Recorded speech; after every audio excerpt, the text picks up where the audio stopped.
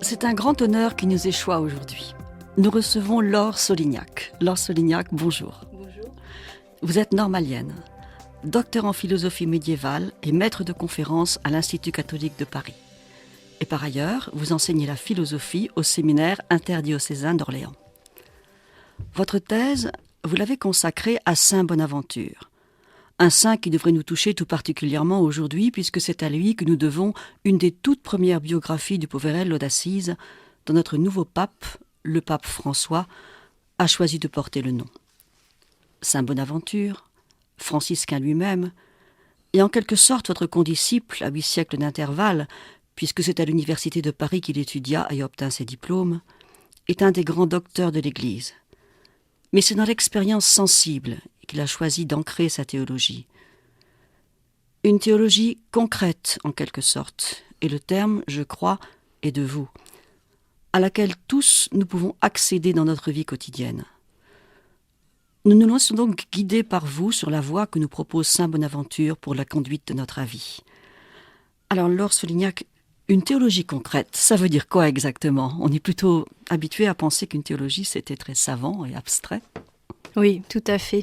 C'est l'image qu'on se fait habituellement de la théologie comme une discipline assez ennuyeuse, à vrai dire. Oui. Donc j'ai effectivement été fascinée quand j'ai fait ma thèse sur Bonaventure par le fait que chez Bonaventure, la théologie a toujours une visée pratique, concrète. Et d'ailleurs, c'est comme ça qu'il a défini au début de son gros commentaire des sentences, un énorme livre.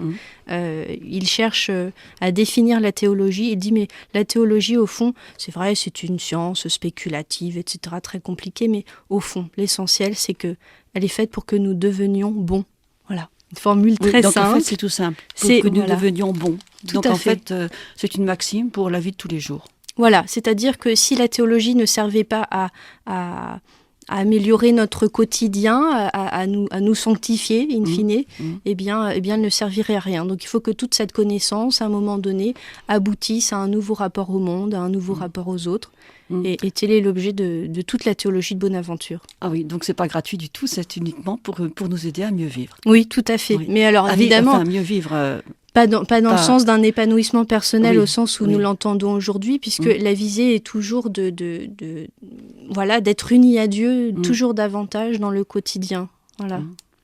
Donc il y a une perspective mystique qui est là derrière, mais toujours dans la concrétude du quotidien.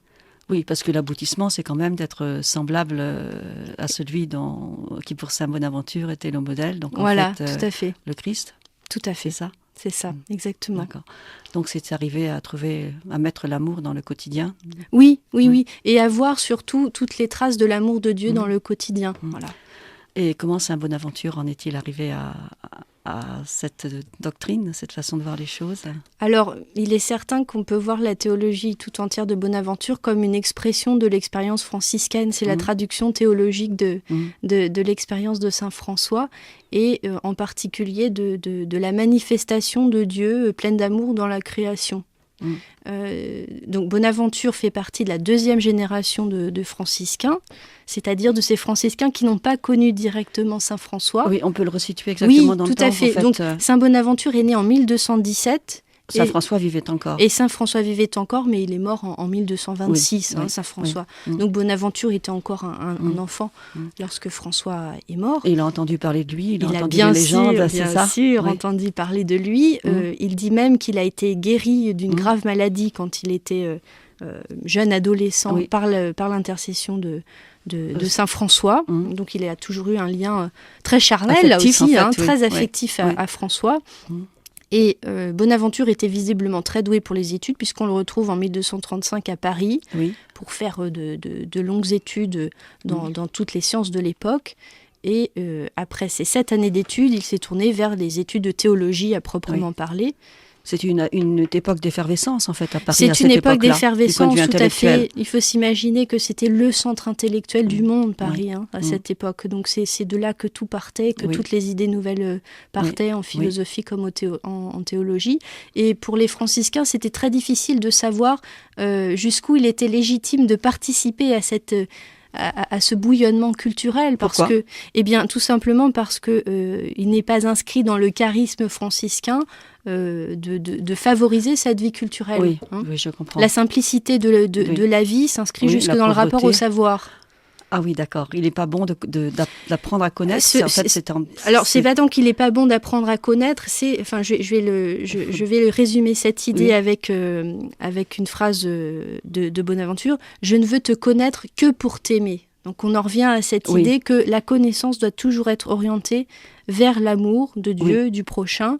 Sans quoi ça ne sert à rien. Donc, voilà. Autrement dit, c'est pas la culture ou la connaissance pour le plaisir de la connaissance, mais pour que ça il faut que ça porte du fruit, chrétien. Concrètement. Il faut que ça porte du fruit en chrétien. Voilà. Oui, je comprends. Et ça, c'est vraiment l'apport proprement franciscain à la vie intellectuelle de l'époque, c'est-à-dire ce désir que la théologie aboutisse à quelque chose de concret, à un changement dans le quotidien. Et la vie théologique à l'époque à Paris, enfin à la Sorbonne en fait, c'était déjà ça. Elle était dominée par les dominicains Alors, en fait, c'est une époque assez on est comme dans le nom de la rose, riche en fait, et confuse. Alors non, pas encore. Non, parce qu'en fait, ce qui était structurant pour l'époque, c'était la distinction entre les clercs, qui étaient des prêtres diocésains, qui pouvaient enseigner à la Sorbonne, et puis il y avait les ordres nouveaux. Alors évidemment, comme toujours, la nouveauté n'est pas toujours bien perçue, surtout que ces nouveaux, donc les dominicains et les franciscains, avaient un mode de vie très particulier, c'était des frères mendiants, et ils n'étaient pas toujours très bien vus de leurs confrères séculiers. Voilà. Oui, donc les uns comme les autres. Voilà, tout à fait. Je comprends. Mais dominicains et franciscains étaient plutôt au coude à coude ensemble, ils allaient tout à fait dans la même direction. Oui, d'accord.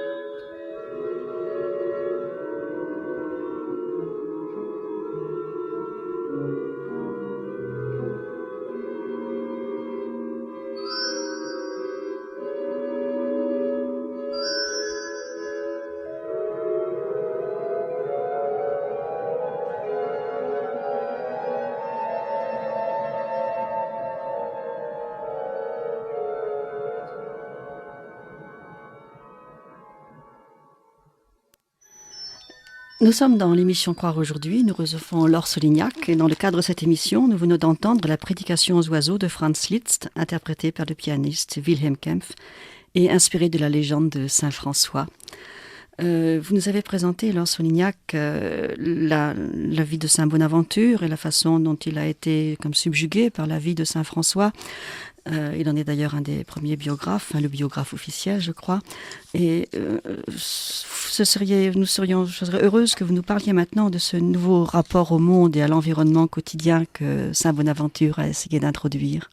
Oui, effectivement, c'est l'un des grands apports de l'expérience franciscaine à la théologie du XIIIe siècle et à toute la théologie en réalité. Hein. Alors, en fait, l'image la plus parlante, je pense, qui nous a été donnée par Bonaventure à ce sujet, c'est l'idée que le monde est un livre, la nature est un livre que nous ne savons plus lire. C'est un livre qui a été écrit par Dieu lui-même, un livre où il parle de lui, qui est plein de signes qui renvoient à lui, des symboles. Et ces symboles, pour celui qui sait les décoder, les déchiffrer, nous renvoient sans cesse au Créateur lui-même. Oui, alors en disant que le monde est un livre, en fait, ça va, il sauve la théologie, presque la théologie de connaissance. Hein. Mais c'est-à-dire, plus exactement, il inclut le monde dans la théologie, parce qu'on aurait tendance à considérer que la théologie, c'est simplement, c'est ce que veut dire le mot d'ailleurs, c'est le discours que Dieu tient au sujet de lui-même dans les Écritures, ou bien c'est le discours que l'homme tient au sujet de Dieu, donc simplement par la parole. Et dans cette histoire, le monde est absent, finalement. Oui, c'est très désincarné. Tout à fait. Alors que le propos de Bonaventure, c'est vraiment d'inclure le monde au sein de la théologie et d'affirmer que le monde fait intrinsèquement partie de la théologie parce que lui-même est écrit par Dieu comme un livre de théologie en quelque sorte, un livre où Dieu parle de lui-même. Où Dieu se manifeste en fait. Exactement, tout à fait. Dieu se manifeste et Bonaventure considère que Dieu se manifeste comme Trinité dans le monde. Et ça c'est tout à fait... il faut nous l'expliquer parce que c'est dur. Oui, je vous explique en deux mots. Ça marche encore. On était habitué même dans l'Antiquité, même chez les païens, à considérer que le monde pouvait imiter Dieu ou les dieux. Oui. Bon. Mais Bonaventure va jusqu'à dire que que le monde porte la trace de Dieu en tant que Père, Fils, Esprit Saint. C'est-à-dire que dans n'importe quelle chose, dans n'importe quelle fleur, n'importe quel animal, n'importe quel être humain, celui qui apprend vraiment à lire ce livre est capable de contempler Dieu lui-même. Alors, non pas dans une vision face à face, comme si on était déjà dans le ciel, mais dans un miroir, dit Bonaventure. C'est comme si la créature était un miroir de Dieu. Oui. Donc, il n'est pas dans la nature, mais il se manifeste dans la nature. Exactement. Attention. Oui, tout à fait. Hein, c'est pas du tout... Alors, vous faites bien de faire cette remarque, parce que c'est pas du tout panthéiste. Hein. Oui, justement. C'est pourquoi je voulais vous amener là-dessus. Voilà, tout à fait. C'est bien un livre où Dieu se révèle, où il se manifeste. Oui. Mais ça ne veut pas dire que la nature est Dieu, bien sûr. Il n'y a pas identité, on est bien d'accord. Bien sûr, Bonaventure est docteur de l'Église, donc en aucun cas il ne peut assimiler Dieu et la nature. Bien sûr. Mais il parle de la nature comme d'un miroir. Qu'est-ce que c'est qu'un miroir ? C'est quelque chose qui nous aide, c'est un objet qui nous aide à voir ce qui est présent mais qui n'est pas visible. Ce qui est exactement le cas de Dieu. Dieu est présent dans toute la création, mais il n'est pas visible. Et donc, nous avons besoin d'apprendre à contempler les créatures de manière à voir le reflet de Dieu en elles. Autrement dit, ça nous aide à, si je puis dire, réfléchir. Exactement, au sens littéral du terme. Exactement. D'accord. Tout à fait. Ça nous permet de capter toutes ces manifestations de Dieu qui nous sont données à travers toutes les choses du quotidien en réalité. La lumière qui arrive dans votre chambre le matin, enfin voilà, toutes ces choses nous parlent de Dieu. Alors elles nous parlent de Dieu, donc elles forment un lien entre la nature qui est quelque chose de physique et Dieu. Ce lien, c'est une sorte de symbole en fait. On arrive à l'idée de symbole. Tout à fait, c'est ça. C'est l'idée que parce que nous avons spontanément tendance à dire il y a Dieu à un extrême et puis la nature à l'autre et puis on voit pas très bien le lien entre les deux. L'idée de Bonaventure, c'est effectivement que la nature est dans un lien symbolique avec Dieu, symbolique au sens fort, c'est-à-dire que elle est vraiment attachée à Dieu lui-même, parce que c'est lui qui en est l'auteur et c'est lui qui a imprimé sa marque. Bonaventure utilise souvent l'image du sceau dans la cire. Oui. Voilà, pour parler du fait que la nature est un symbole de Dieu. Eh bien, voilà. Donc la théologie du quotidien consiste à essayer de s'appliquer à... Voilà, c'est progressif, hein, Oui. mais s'appliquer à percevoir chacune des choses de notre quotidien, de la création en particulier, comme un symbole de Dieu, une manière que Dieu a de nous parler. Voilà. Autrement dit, Dieu devient sensible à nos sens. Exactement, et à tous nos sens. Bonaventure insiste beaucoup là-dessus, c'est-à-dire on pourrait imaginer que finalement tout ça ne s'adresse qu'à nos yeux et que ça reste quelque chose de finalement assez contemplatif. Hein. Le sens de la vue, c'est peut-être le plus abstrait de tous, hein. C'est celui qui maintient la distance entre ce qu'on voit et l'œil. Mais Bonaventure parle aussi énormément de la douceur, hein, de la suavité, du goût. Du goût aussi, oui. De l'ouïe. Et puis de l'ouïe, hein, Franz Liszt. Tout à fait. Oui.